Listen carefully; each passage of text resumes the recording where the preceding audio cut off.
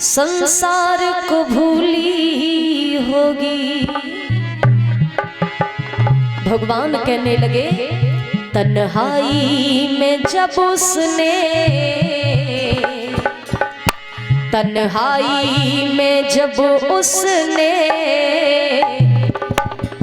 खत मेरा पढ़ा होगा, तन्हाई में जब उसने खत मेरा पढ़ा होगा।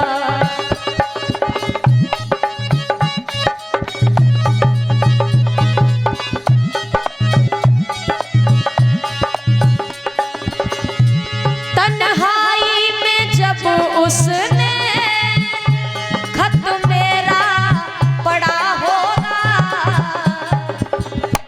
आंसू भी बहे होंगे, आंसू भी आंसू भी आंसू भी आंसू भी आंसू भी बहे होंगे, काजल भी बहा होगा।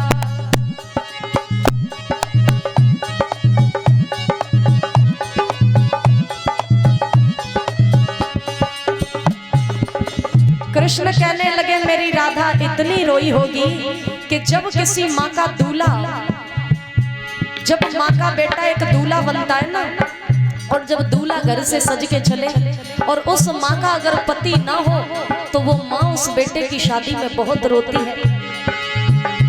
किसी विधवा का बेटा जब दूल्हा बना होगा, किसी विधवा का बेटा जब दूल्हा बना होगा,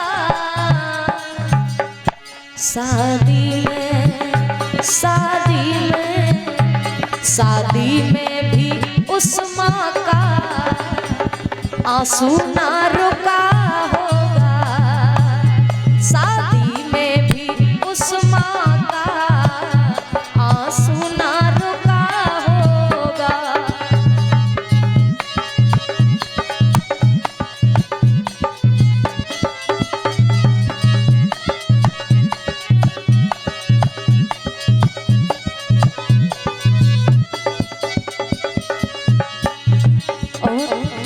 मेरे पत्र को पढ़ करके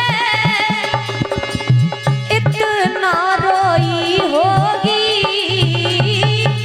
पत्र को पढ़ करके इतना रोई होगी, आंसू का आंसू का आंसू का आंखों से समंदर भी बहा होगा, आंसू का इन आंखों से समंदर भी बहा होगा। तन्हाई में जब उसने खत मेरा पढ़ा होगा।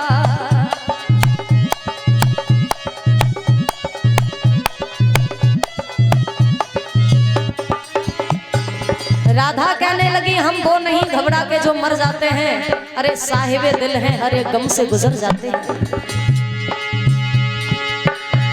तन्हाई में जब उसने खत मेरा पढ़ा होगा, आंसू भी आंसू भी आंसू भी बहे होंगे, काजल भी बहा होगा, आंसू भी बहे होंगे, काजल भी बहा होगा, आंसू भी बहे होंगे, काजल भी बहा होगा, आंसू भी बहे होंगे, काजल भी बहा होगा। आज इस तरह से राधा रोने लगी। भगवान कन्हैया उसे छोड़ जाते हैं जाकर के प्रभु के पास में। उद्धव ने सारा हाल कहा, प्रभु आज मेरा भी ज्ञान फीका पड़ गया जब गोपियों से मैंने प्रेम और ज्ञान के बातों में वार्ता की। आज भगवान कहने लगे ध्यान रखना, पोथी पढ़े पढ़े जुग भये पंडित भयो ना कोय, और 2.5 अक्षर प्रेम के जो पढ़े सो पंडित। संसार में प्रेम, प्रेम से ही भगवान को पाया जा सकता है, प्रेम से ही इंसान को। और घमंड में कितने भी छोटे आदमी से बात करना, तो महाराज घमंड में छोटा चाहे घर को नंगा होए बिल्कुल, पर बेऊ तुम्हारी बात की इज्जत नहीं रखेगा। और प्रेम वो चीज है कि अच्छे अच्छे इंसान से भी अगर प्रेम से हंस के तुमने कुछ कह दिया तो वो चाहे कुछ भी कर सकता है। हरे व्यापक सर्वत्र समाना, प्रेम से प्रकट होए में जाना। भगवान को अगर पाने की कोई चीज है तो वो है केवल प्रेम। 56 भोग मत लगाइए, केवल प्रेम से भगवान को पुकारिए।